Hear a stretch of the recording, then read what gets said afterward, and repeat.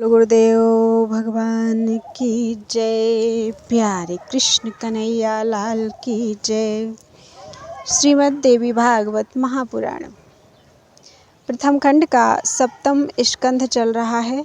11 अध्याय पूरे हो चुके हैं। आज 12वें अध्याय से अथ द्वादशो अध्याय। राजा सत्यव्रत को महर्षि वशिष्ठ का शाप तथा युवराज हरिश्चंद्र का राजा बनना। व्यास उवाच। व्यास जी बोले, हे महाराज जन्मेजय, इस प्रकार पिता के समझाने पर राजकुमार त्रिशंकु ने हाथ जोड़कर प्रेम पूर्वक गदगद वाणी में कहा, पिता से कहा, मैं वैसा ही करूँगा। तत्पश्चात महाराज अरुण ने वेदशास्त्र के पारगामी विद्वान तथा मंत्रवेत्ता ब्राह्मणों को बुलाकर अभिषेक की सारी सामग्रियां तुरंत एकत्र कराईं और संपूर्ण तीर्थों का जल मंगाकर तथा सभी मंत्रियों, सामंतों और नरेशों को बुलवाकर शुभ दिन में उस राजकुमार को विधिपूर्वक श्रेष्ठ राज्यासन पर आसीन कर दिया। इस प्रकार पिता ने पुत्र त्रिशंकु को राज्य पर विधिपूर्वक अभिषिक्त करके अपनी धर्मपत्नी के साथ पवित्र तीसरे आश्रम अर्थात वानप्रस्थ आश्रम को ग्रहण किया और वे वन में गंगा के तट पर कठोर तप करने लगे। आयुष समाप्त हो जाने पर वे स्वर्ग को चले गए। वहाँ वे देवताओं के द्वारा भी पूजित हुए और इंद्र के समीप स्थित रहते हुए सदा सूर्य की भांति सुशोभित होने लगे। राजा जन्मेजय बोले, हे व्यास जी, आप पूज्यवर ने कथा के प्रसंग में अभी अभी बताया कि गुरुदेव वशिष्ठ ने पयस्विनी गौ का वध कर देने के कारण राजकुमार सत्यव्रत को कुपित होकर शाप दिया और वह पिशाचत्व को प्राप्त हो गया। हे प्रभु, तदनंतर पैशाचिकता से उसका कैसे उद्धार हुआ, इस विषय में मुझे संशय हो रहा है। शापग्रस्त मनुष्य सिंहासन के योग्य नहीं होता। सत्यव्रत के दूसरे किस कर्म के प्रभाव से मुनि वशिष्ठ ने उसे अपने शाप से मुक्त कर दिया? हे विप्र से शाप से मुक्ति का कारण बताइए और मुझे यह भी बताइए कि वैसे निंद्य अर्थात आकृति वाले पुत्र को उसके पिता राजा अरुण ने अपने घर वापस क्यों बुला लिया? व्यास जी बोले, हे राजन, मुनि वशिष्ठ के द्वारा शापित वह सत्यव्रत तत्काल पैशाचिकता को प्राप्त हो गया। इसके फलस्वरूप वह कुरूप, दुर्धर्ष तथा सभी प्राणियों के लिए भयंकर हो गया।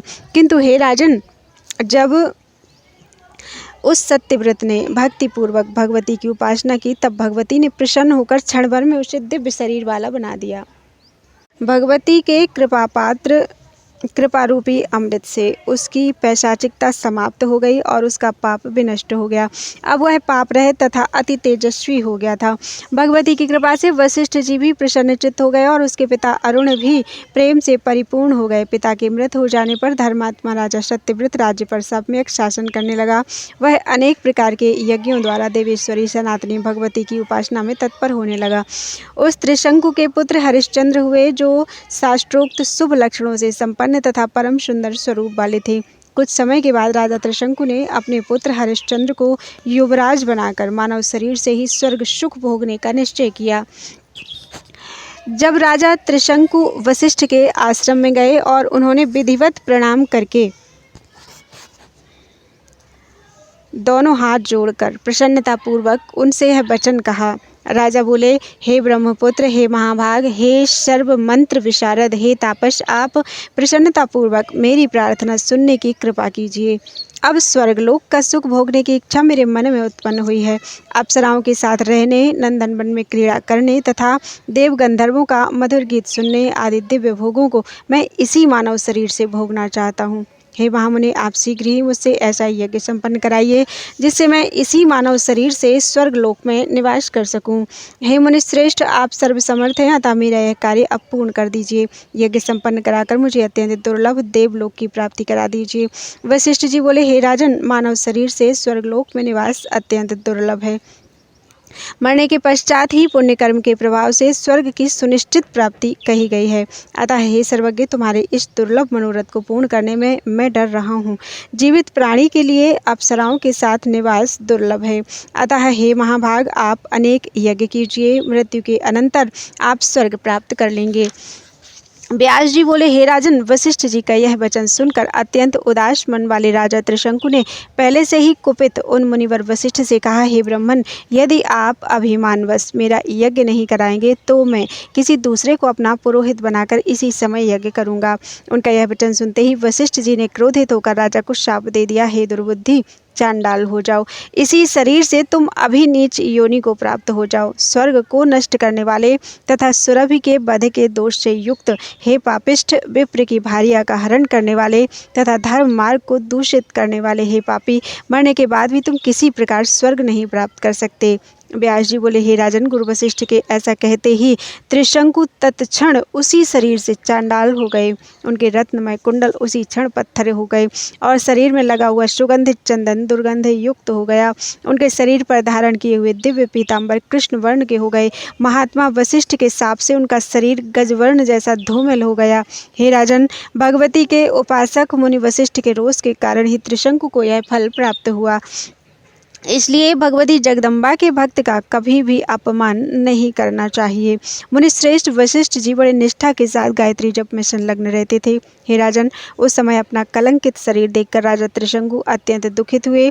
इस प्रकार दीन दशा को प्राप्त भी राजा घर नहीं गए, अपितु जंगल की ओर चले गए। शोक संतप्त वे त्रिशंकु दुखित होकर सोचने लगे, अब मैं क्या करूं और कहाँ जाऊं? मेरा शरीर तो अत्यंत निंदित हो गया। मुझे ऐसा कोई उपाय नहीं सूझ रहा है जिससे मेरा दुख दूर हो सके। यदि मैं आज घर जाता हूँ तो मुझे इस स्वरूप में देखकर पुत्र को महान पीड़ा होगी और भार्या भी मुझे चांडाल के रूप में देखकर स्वीकार नहीं करेगी।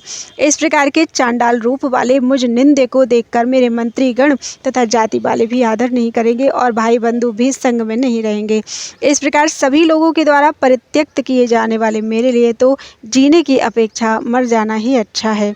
अतः अब मैं विष खाकर जलाशय में कूदकर या गले में फांसी लगाकर देह त्याग कर दूं, अथवा विधिवत प्रज्वलित अग्नि में अपने देह को जला डालूं, या फिर अनशन करके अपने कलंकित प्राणों का त्याग कर दूं।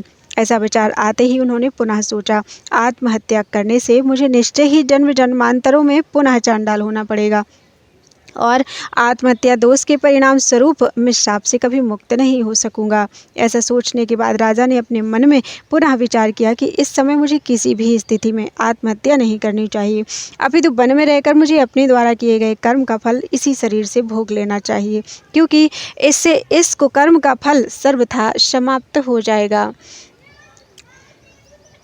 भोग से ही प्रारब्ध कर्मों का क्षय होता है, अन्यथा इनका क्षय नहीं होता। इसलिए अब यहीं पर तीर्थों का सेवन, भगवती जगदम्बा का स्मरण तथा साधुजनों की सेवा करते हुए मुझे अपने द्वारा किए गए शुभ तथा अशुभ कर्मों का फल भोग लेना चाहिए। इस प्रकार वन में रहते हुए मैं अपने कर्मों का क्षय अवश्य ही करूँगा। साथ ही संभव है कि भाग्यवश किसी साधुजन से मिलने का कभी अवसर प्राप्त हो जाए। मन में ऐसा सोचकर राजा त्रिशंकु अपना नगर छोड़कर गंगा के तट पर चले गए और अत्यधिक चिंतित रहते हुए वहीं रहने लगे। उसी समय पिता के साप का कारण जानकर राजा हरिश्चंद्र अत्यंत दुखित हुए और उन्होंने अपने मंत्रियों को पिता त्रिशंकु के पास भेजा। मंत्रीगण वहां शीघ्र पहुंचकर बार बार दीर्घ श्वास ले रहे चांडाल की आकृति वाले राजा त्रिशंकु को प्रणाम कर विनम्रता पूर्वक उनसे बोले, हे राजन, आपके पुत्र हरिश्चंद्र की आज्ञा से यहाँ आए हुए हम लोगों को आप मंत्री समझिए। हे महाराज, आपके पुत्र युवराज हरिश्चंद्र ने हमसे जो कहा है उसे आप सुनिए। आप लोग मेरे पिता राजा त्रिशंकु को सम्मान पूर्वक यहाँ ले आइए। अतः हे राजन, अब आप सारी चिंता छोड़कर अपने राज्य वापस लौट चलिए। वहाँ सभी मंत्रीगण तथा प्रजाजन आपकी सेवा करेंगे। हम लोग भी गुरु वशिष्ठ को प्रसन्न करेंगे, जिससे वे आपके ऊपर दया करें। प्रसन्न हो जाने पर वे महान तेजस्वी आपका कष्ट अवश्य दूर कर देंगे। हे राजन, इस प्रकार आपके पुत्र ने बहुत प्रकार से कहा, अतः अब शीघ्रतापूर्वक अपने घर लौट चलने की कृपा कीजिए। व्यास जी बोले, हे जन्मेजय, उनकी बात सुनकर चांडाल की आकृति वाले राजा त्रिशंकु ने अपने घर चलने का कोई विचार मन में नहीं किया और उस समय राजा ने उनसे कहा, हे सचिवगण, आप लोग नगर को लौट जाइए और हे महाभाग, वहां जाकर हरिश्चंद्र से मेरे शब्दों में कह दीजिए, हे पुत्र, मैं नहीं आऊँगा। तुम अनेक विध यज्ञों के द्वारा ब्राह्मणों का सम्मान करते हुए तथा देवताओं की पूजा करते हुए सदा सावधान होकर राज्य करो। हे सचिवगण, महात्माओं के द्वारा सर्वथा निंदित इस चांडाल वेश से अब मैं अयोध्या नहीं जाऊँगा। आप सभी लोग यहाँ से शीघ्र लौट जाइए। वहाँ जाकर मेरे महाबली पुत्र हरिश्चंद्र को सिंहासन पर बिठाकर आप लोग मेरी आज्ञा से राज्य के समस्त कार्य कीजिए। इस प्रकार त्रिशंकु के उपदेश देने पर सभी मंत्री अत्यधिक दुखी होकर रोने लगे और उन्हें प्रणाम करके वानप्रस्थ आश्रम में जीवन व्यतीत करने वाले उन राजा त्रिशंकु के पास से लौट आए। अयोध्या में आकर उन मंत्रियों ने शुभ दिन में हरिश्चंद्र के मस्तक पर विधि पूर्वक अभिषेक किया। राजा त्रिशंकु की आज्ञा से मंत्रियों के द्वारा राज्याभिषिक्त होकर तेजस्वी तथा धर्मपरायण हरिश्चंद्र अपने पिता का निरंतर स्मरण करते हुए राज्य करने लगे। इति श्रीमद्देवी भागवते महापुराणे अष्टादशसहस्रयां संहितायां सप्तम स्कंधे त्रिशंकुपाख्यान वर्णनम नाम द्वादशो अध्याय। बोलो वृंदावन बिहारी लाल की जय। देव भगवान की जय। प्यारे कृष्ण कन्हैया लाल की जय। श्रीमद् देवी भागवत महापुराण द्वितीय खंड का सप्तम स्कंद चल रहा है और 12 अध्याय हो चुके हैं। 13वें अध्याय से अथ त्रयोदशो अध्यायः। राजर्षि विश्वामित्र का अपने आश्रम में आना और सत्यव्रत द्वारा किए गए उपकार को जानना। राजा जन्मेजय बोले, हे व्यास जी, राजा त्रिशंकु के आदेश से सचिवों ने हरिश्चंद्र को राजा बना दिया, किंतु स्वयं त्रिशंकु ने उस चांडाल देह से मुक्ति कैसे प्राप्त की? वे वन में कहीं मर गए अथवा गंगा तट पर जल में डूब गए अथवा गुरु वशिष्ठ ने कृपा करके उन्हें शाप से मुक्त कर दिया। यह संपूर्ण वृत्तांत आप मेरे समक्ष कहिए। मैं राजा त्रिशंकु का चरित्र भली भांति सुनना चाहता हूँ। व्यास जी बोले, हे राजन, अपने पुत्र का राज्याभिषेक करके राजा त्रिशंकु का चित्त बहुत प्रसन्न हुआ और वे वही जंगल में कल्याणकारिणी भगवती जगदम्बा का ध्यान करते हुए समय व्यतीत करने लगे। इस तरह कुछ समय बीतने के बाद कौशिक मुनि एकाग्रचित्त होकर तपस्या पूर्ण करके अपनी पत्नी तथा पुत्रों आदि को देखने के लिए अपने आश्रम में आए। वहां आकर अपने स्त्री पुत्र आदि को स्वस्थ देखकर वे परम हर्षित हुए। मेधावी ऋषि ने पूजा के लिए आगे स्थित अपनी भार्या से पूछा, हे सुनैने, दुर्भिक्ष की स्थिति में तुमने समय कैसे व्यतीत किया? तुमने अन्न के बिना इन बालकों को किस उपाय से पाला, यह मुझे बताइए। हे सुंदरी, मैं तो तपस्या में संलग्न था, इसलिए नहीं आ सका। हे प्रिय, हे शोभने, बिना धन के तुमने कैसे व्यवस्था की? यहाँ पर भीषण अकाल का समाचार सुनकर मैं अत्यधिक चिंतित था, किंतु यह सोचकर नहीं आया कि धनहीन मैं वहाँ जाकर करूँगा ही क्या। हे सुजगने, वन में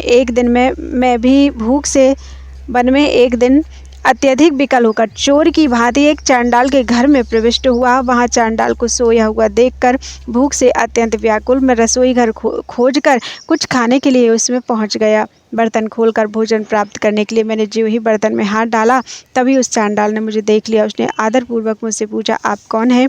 रात के समय मेरे घर में आप क्यों प्रविष्ट हुए और मेरे बर्तन को क्यों खोल रहे हैं? आप अपना उद्देश्य बताइए।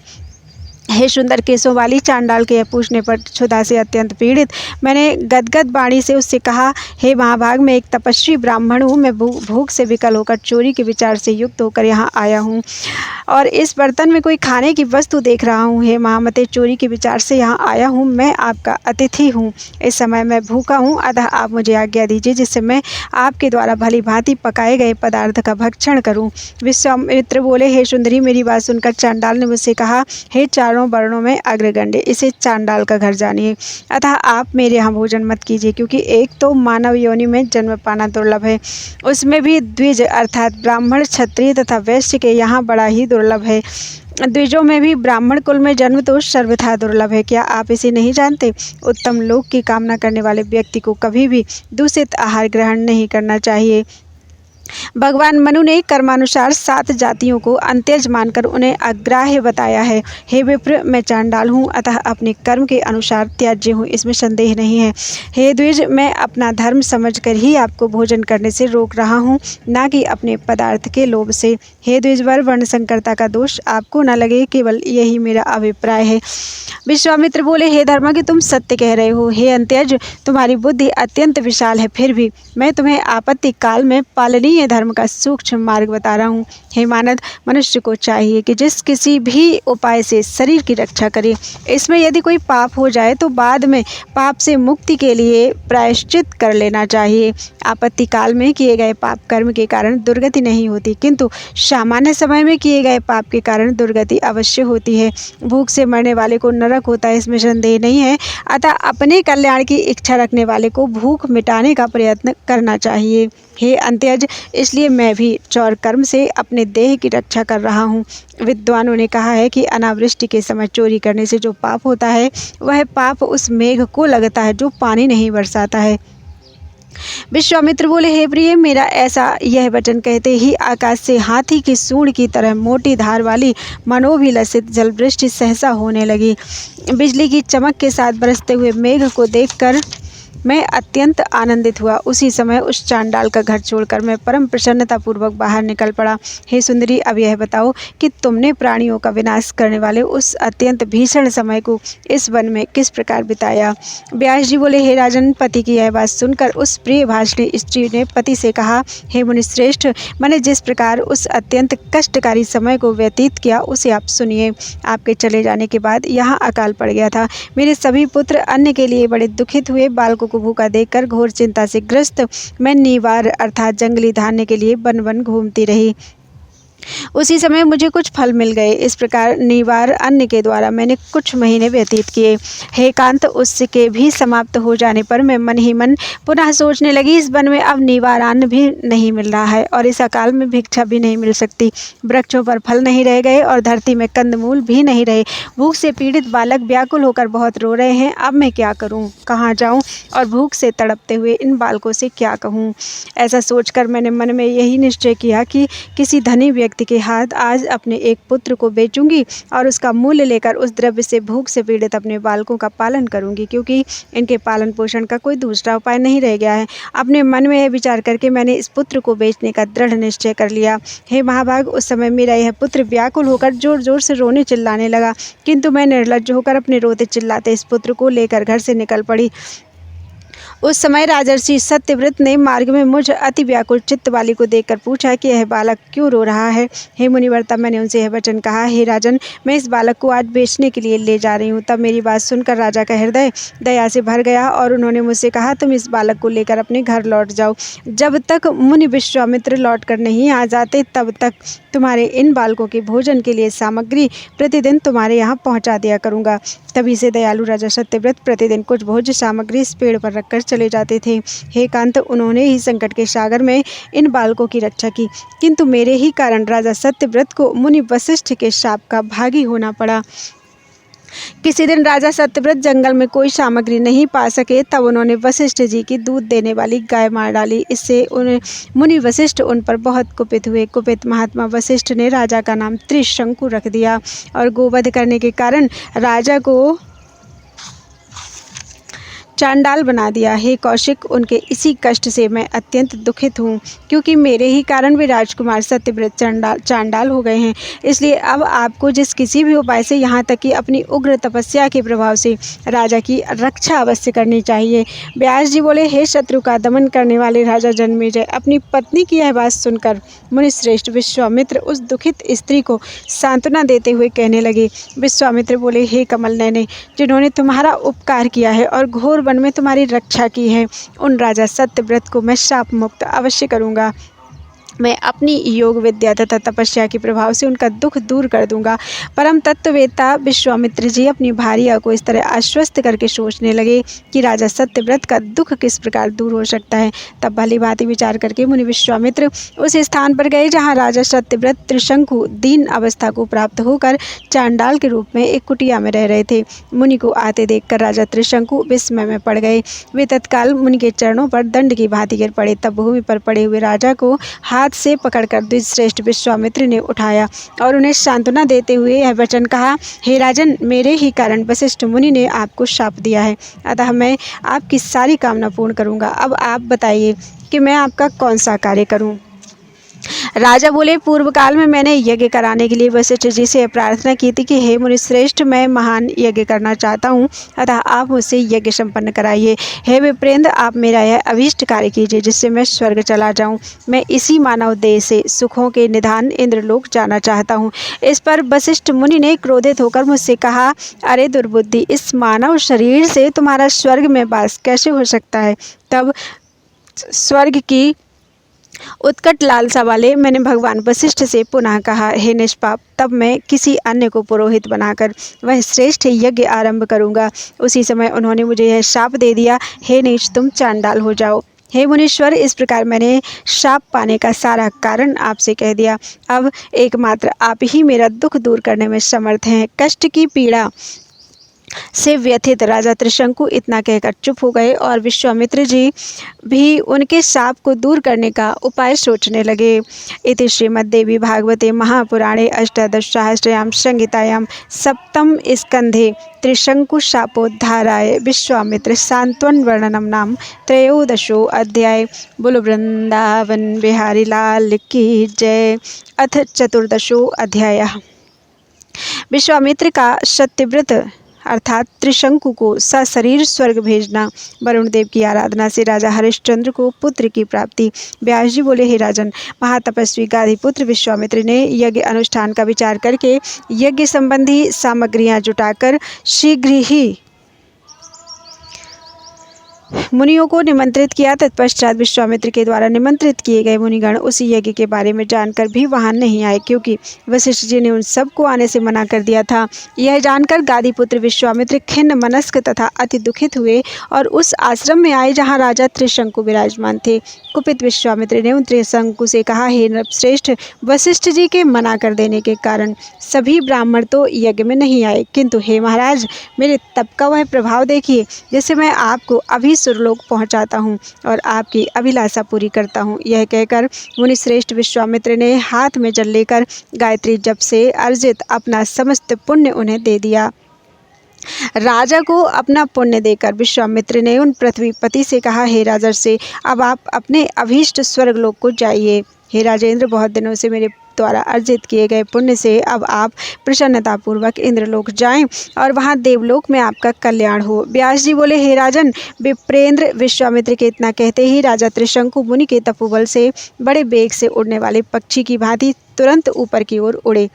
आकाश में उड़कर जब राजा त्रिशंकु इंद्रपुरी पहुंचे तब सभी देवताओं ने देखा कि चांडाल वेशधारी कोई क्रूर व्यक्ति चला आ रहा है। तत्पश्चात उन लोगों ने इंद्र से पूछा कि चांडाल के समान आकृति वाला यह दुर्दर्श, यह कौन व्यक्ति देवता की भांति आकाश मार्ग से बड़े वेग से चला आ रहा है। तब इंद्र ने सहसा उठकर उस अधम पुरुष की ओर देखा। उसे त्रिशंकु के रूप में पहचान कर तत्काल डांटते हुए इंद्र कहने लगे, हे चांडाल, घृणित कर्म वाले, तुम देवलोक में कहाँ चले आ रहे हो। तुम अभी पृथ्वीलोक को लौट जाओ, क्योंकि तुम्हारे लिए यहाँ निवास करना सर्वथा उचित नहीं है। व्यास जी बोले, हे शत्रुओं का दमन करने वाले जन्मेजय, इंद्र के ऐसा कहते ही त्रिशंकु स्वर्ग से वैसे ही नीचे गिरने लगा जैसे पुण्य के क्षीण होने पर देवताओं का स्वर्ग से पतन हो जाता है। तब राजा त्रिशंकु वहीं से बार बार चिल्लाने लगे, हे विश्वामित्र, हे विश्वामित्र, मैं स्वर्ग से च्युत होकर बड़े वेग से नीचे की ओर आ रहा हूँ, अतः आप मुझ कष्ट पीड़ित की रक्षा कीजिए। हे राजन, गिरते हुए त्रिशंकु का करुण क्रंदन सुनकर तथा उन्हें नीचे की ओर गिरते देखकर विश्वामित्र ने कहा, वहीं रुक जाइए। हे राजन, यद्यपि त्रिशंकु देवलोक से च्युत हो चुके थे, तथापि मुनि विश्वामित्र के ऐसा कहते ही उनके तपोबल के प्रभाव से वे त्रिशंकु वहीं पर आकाश में स्थित हो गए। तत्पश्चात विश्वामित्र ने नई सृष्टि की रचना द्वारा दूसरा स्वर्गलोक बनाने के लिए जल का स्पर्श करके एक दीर्घकालीन यज्ञ आरंभ किया। उनके इस प्रकार के प्रयत्न को जानकर इंद्र गाधिपुत्र मुनि विश्वामित्र के पास तुरंत आ पहुंचे। इंद्र बोले, हे ब्रह्मन, आप यह क्या कर रहे हैं। हे साधो, आप कुपित क्यों हैं। हे मुनि श्रेष्ठ, आप दूसरी सृष्टि मत कीजिए और बताइए कि मैं आपका कौन सा कार्य करूं। विश्वामित्र बोले, हे विभो, आपके लोक से च्युत होकर अत्यंत दुख में पड़े हुए राजा त्रिशंकु को आप प्रेम पूर्वक अपने निवास स्थान अर्थात स्वर्गलोक में ले जाइए। व्यास जी बोले, हे राजन, विश्वामित्र का वह निश्चय जानकर इंद्र को बहुत भय हुआ। उन्होंने मुनि का उग्र तपोबल समझकर कहा, ठीक है। तत्पश्चात राजा को दिव्य शरीर वाला बनाकर तथा उन्हें एक उत्तम विमान पर बैठाकर इंद्र ने विश्वामित्र से आज्ञा लेकर अपनी पुरी के लिए प्रस्थान किया। राजा त्रिशंकु सहित इंद्र के स्वर्ग चले जाने के उपरांत विश्वामित्र सुखी होकर अपने आश्रम में निश्चिंत होकर रहने लगे। इधर राजा हरिश्चंद्र मुनि विश्वामित्र के द्वारा किए गए अपने पिता के स्वर्ग गमन संबंधी उपकार को सुनकर अत्यंत हर्षित हुए और राज्य शासन करने लगे। अयोध्यापति हरिश्चंद्र रूप, यौवन तथा चातुर्य से संपन्न अपनी भार्या के साथ प्रेम पूर्वक विहार करने लगे। इस प्रकार बहुत समय व्यतीत हो जाने पर भी जब वह युवती रानी गर्भवती नहीं हुई, तब राजा बड़े चिंतित हुए तथा दुखी हुए। इसके बाद वशिष्ठ मुनि के आश्रम में जाकर तथा मस्तक झुकाकर उन्हें प्रणाम करने के पश्चात उन्होंने संतान उत्पन्न न होने के कारण अपनी चिंता व्यक्त करते हुए गुरु से कहा, हे धर्मज्ञ, हे मानद, आप महान ज्योतिर्विद तथा मंत्र विद्या के परम विद्वान हैं, अतः आप मेरे लिए संतान प्राप्ति का कोई उपाय कीजिए। हे द्विश्रेष्ठ, आप तो जानते ही हैं कि पुत्रहीन की गति नहीं होती। मेरे दुख को जानते हुए तथा उसे दूर करने में समर्थ होते हुए भी आप उपेक्षा क्यों कर रहे हैं? ये गौरैया पक्षी बड़े धन्य हैं जो अपने शिशु का लालन पालन कर रहे हैं। मैं ही ऐसा भाग्यहीन हूँ जो सदा दिन रात चिंतित रहता हूँ। व्यास जी बोले, हे राजन, उनकी व्यथा भरी वाणी सुनकर ब्रह्मा जी के पुत्र वशिष्ठ जी भली भांति मन में विचार करके उनसे कहने लगे। वशिष्ठ जी बोले, हे महाराज, आप ठीक कह रहे हैं। जो दुख पुत्र न होने के कारण होता है, वैसा अद्भुत दुख इस संसार में नहीं है। अतएव हे राजेंद्र, आप प्रयत्न पूर्वक जलाधिपति वरुण देव की आराधना कीजिए, वे ही आपका कार्य करेंगे। हे धर्मिष्ठ, वरुण देव से बढ़कर कोई दूसरा संतान दाता देवता नहीं है, इसलिए आप उन्हीं की आराधना कीजिए। इससे आपका प्रयोजन अवश्य सिद्ध हो जाएगा। मनुष्यों को भाग्य तथा पुरुषार्थ इन दोनों का आदर करना चाहिए, क्योंकि बिना उद्योग किए कार्य सिद्धि कैसे हो सकती है। हे नृपश्रेष्ठ, तत्वदर्शी मनुष्यों को न्यायपूर्वक उद्योग करना चाहिए। वैसा करने से सिद्धि अवश्य मिलती है, अन्यथा नहीं। अपरिमित तेज वाले उन गुरु वशिष्ठ की यह बात सुनकर राजा हरिश्चंद्र ने तप करने का निश्चय किया और गुरु को प्रणाम करके वे निकल पड़े। राजा हरिश्चंद्र गंगा नदी के तट पर एक शुद्ध आसन में पद्मासन लगाकर बैठ गए। एक शुभ स्थान में पद्मासन लगाकर बैठ गए और अपने मन में पाशधारी वरुण देव का ध्यान करते हुए कठोर तप करने लगे। हे महाराज, इस प्रकार का तप करने वाले उन राजा हरिश्चंद्र पर कृपा करके प्रसन्न मुख कमल वाले वरुण देव उनके सम्मुख प्रकट हो गए। जलाधिपति वरुण देव ने हरिश्चंद्र से यह वचन कहा, हे धर्मज्ञ, आपके तप से मैं प्रसन्न हूँ, आप मुझसे वर मांगिए। राजा बोले, हे देवेश, मैं संतानहीन हूँ, अतः आप मुझे सुखदायक पुत्र दीजिए। मैंने देव ऋण, ऋषि ऋण और पितृ ऋण, इन तीनों ऋणों से मुक्त होने के लिए यह तप रूप उद्यम किया है। तब दुखित राजा का यह प्रगल्भ वचन सुनकर वरुण देव अपने सम्मुख स्थित राजा हरिश्चंद्र से मुस्कुराते हुए कहने लगे। वरुण देव बोले, हे राजन, यदि आपको मनोवांछित गुणवान पुत्र उत्पन्न हो, तब मनोरथ पूरा हो जाने के पश्चात आप मेरा कौन सा प्रिय कार्य करेंगे? हे राजन, यदि आप शंका रहित भाव से उस पुत्र को बलि पशु बनाकर मेरा यज्ञ करें, तो मैं आपको वर प्रदान करूं। राजा बोले, हे देव, मैं संतानहीन ना रहूं। हे जलाधिप, मैं उस पुत्र को बलि पशु बनाकर आपका यज्ञ करूंगा। मैं आपसे यह सत्य कह रहा हूं। हे मानद, इस पृथ्वी लोक में मनुष्यों के लिए संतान ना होने का दुख अत्यंत असह्य होता है, अतः आप मुझे कल्याणकारी तथा मेरी शोकाग्नि को शांत करने वाला पुत्र प्रदान कीजिए। वरुण बोले, राजन, आपको अपनी कामना के अनुकूल पुत्र प्राप्त होगा। अब आप घर लौट जाइए, किंतु अभी मेरे सामने आपने जो वचन कहा है उसे सत्य कीजिएगा।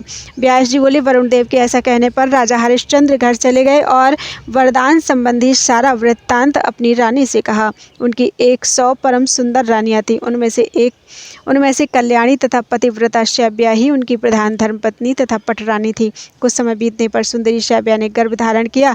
तब उनकी गर्भकालीन अभिलाषा को सुनकर राजा परम प्रसन्न हुए। उस समय राजा ने विधि पूर्वक पुंसवन आदि सभी संस्कार संपन्न कराए। 10वां महीना पूरा होने पर रानी ने नक्षत्र तथा ग्रह के उत्तम प्रभाव से युक्त शुभ दिन में देवपुत्र के समान कांतिमान पुत्र को जन्म दिया। पुत्र के जन्म लेने पर राजा ने ब्राह्मणों के साथ जाकर स्नान करके सर्वप्रथम बालक का जात कर्म संस्कार किया और बहुत दान दिए। पुत्र का जन्म होने से राजा को परम प्रसन्नता हुई। उस समय उन्होंने धन धान्य से युक्त होकर परम उदारता पूर्वक अनेक प्रकार के विशिष्ट दान दिए और गीत वाद्यों के साथ महोत्सव मनाया। इति श्रीमद्देवी भागवते महापुराणे अष्टादशसहस्रयां संहितायां सप्तम स्कंदे वरुण कृपया शैव्यायां पुत्रोत्पत्ति वर्णनम नाम 14वां अध्याय। बोलो वृंदावन बिहारी लाल की जय।